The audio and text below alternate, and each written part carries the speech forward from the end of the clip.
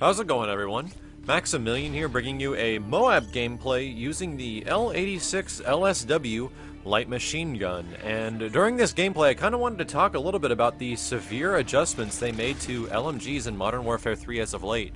As you see me die, this doesn't start out very well, but it does end up getting a little bit better, trust me. But as through this video, it's crazy. Like, these guns were absolute garbage tier for the longest time, or pretty much until the recent patch that came out not too long ago. It's kind of restored my faith in LMGs. Before, or as Modern Warfare 3 first came out, LMGs were bad because they slowed down your movement speed heavily, and a lot of them are pretty inaccurate from full distance. The thing with LMGs is that you have to, depending on how you're standing, depending if you're prone, you're crouched, or if you're in full stand, it really concentrates how the fire is, how you shoot the gun, and how concentrated the bullet spread is. If you're prone with an LMG, most LMGs, especially this one, turn into a freaking laser. It's absolutely crazy. So it kind of takes a little bit of conditioning to get used to using weapons like this, especially for the fact that you're lacking movement speed. And all things considered, if you go up against a guy who's got like an MP7 and you're running around with an LMG, fat chance you're going to win most of those fights. But I still think it's challenging, and they did something recently to make the weapons better.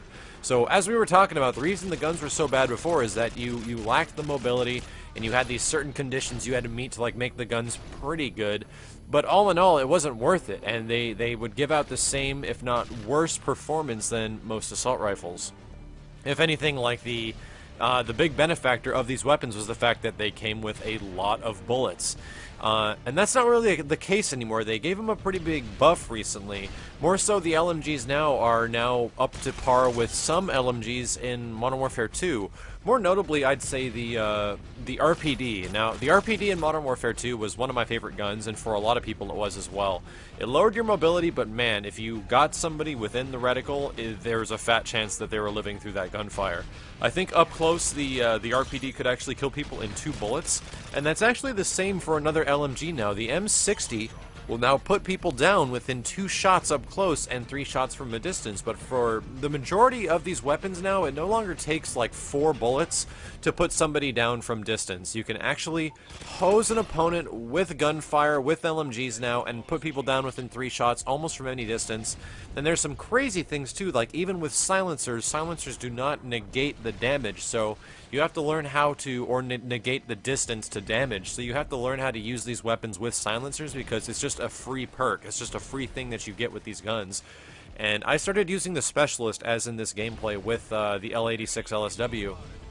And I found it to be a really good gun to use with a silencer and to use for a specialist package.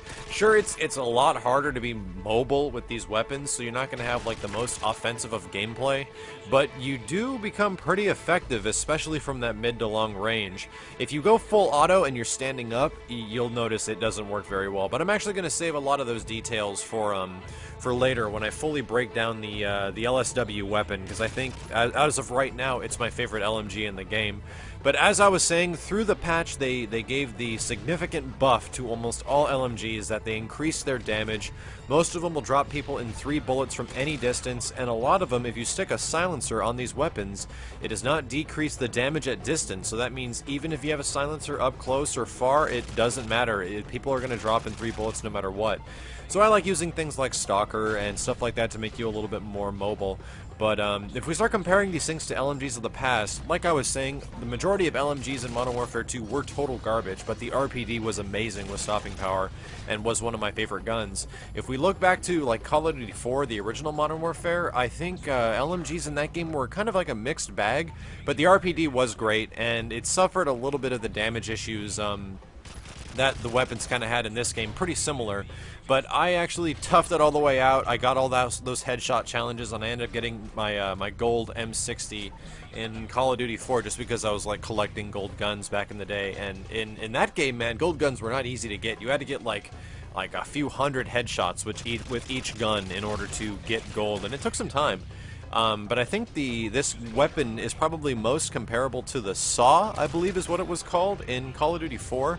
The SAW was the one that had the highest rate of fire. It was spitting out bullets to the maximum and it would put so many out, but it wouldn't do that much damage. But the amount of sheer lead that you were putting into a certain area, it gave you so many multi-kills. Like, I can't even believe, like, certain maps, like the one that was on top of the on top of the tanker, that was the mimic of the first level. It's so funny, I forget the names of the original Call of Duty Modern Warfare maps.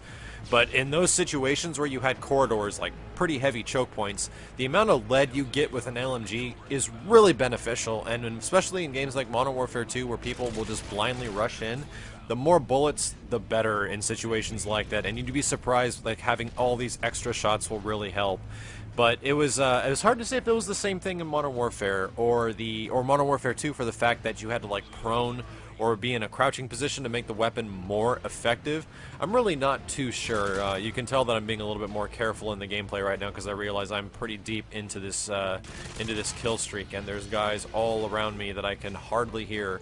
But I've definitely got this area on a lockdown right now, and if you have control over a position that you know the enemy will be at a disadvantage of, like right there, I saw the grenade and I saw the fact that there were a lot of targets as a result of marksman being on, and I chose to pull out, like even right there too, just get out of dodge.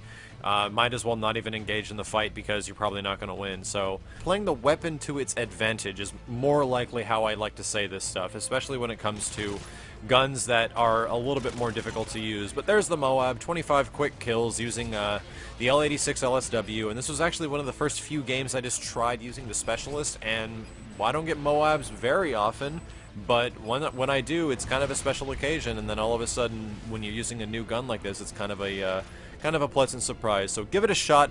I'm going to try to make a full breakdown of the L86 LSW to give you guys an understanding of what are the best perks and what are the best loadouts to use this gun and why it's now good in Modern Warfare 3. But thank you all very much for watching the video. This has been Maximilian, signing out.